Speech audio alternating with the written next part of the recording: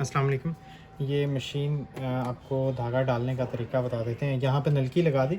नलकी लगाने के बाद यहाँ पर इस जगह पे इसका स्टॉपर आ जाता है। उसके बाद ये ऊपर से आपने एरोज़ को फॉलो कर लेना है। यहाँ से ये 1 नंबर, ये देखें ये एरो नीचे आ रहा है। और जब भी धागा डालना है या निकालना है, ये फुट ऊपर होना चाहिए, फुट डाउन पोजीशन में ना हो। यहाँ से वापस ऊपर आ जाएं और फिर उसके बाद इस हुक की बैक साइड से, ये सम टाइम हुक नीचे गई होती है तो ये पिछले व्हील को घुमा के आप यहाँ से, ये देखिएगा, इस व्हील को घुमा के आप इसको ऊपर नीचे कर सकते हैं।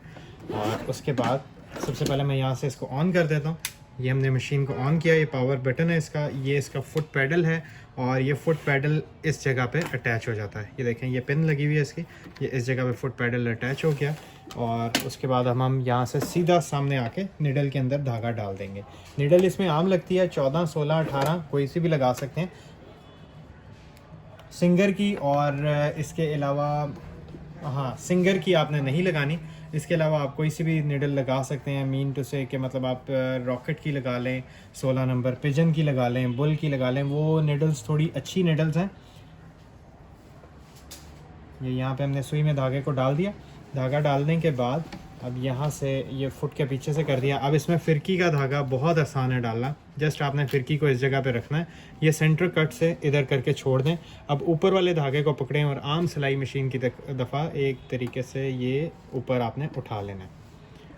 ये देखिए यहाँ से ये ऊपर आ गया। उसके बाद ये इसका शीशा है, इसको स्लाइड करके यहाँ पे इसको ये बंद कर दें। ये इसका स्टिच चेंजर है, यहाँ से इसके स्टिचेस जो हैं वो चेंज हो सकते हैं। सामने स्टिच जो सा बनाएगा वो वाला बनाएगी। ये टांका बड़ा छोटा करने के लिए है और प्लस ये धागा टाइट और लूज़ करने के लिए। और इसको इधर करके इस पैडल को प्रेस करेंगे तो जस्ट ये बॉबिन फिल करेगा। बॉबिन को फिल करने के लिए यहाँ से आपने इसके ऊपर फिरकी ला कर रखें और उसके बाद ये वाइंड करना शुरू कर देगा। इस पोजीशन में मशीन जो है वो सादा सिलाई वगैरह करेगी।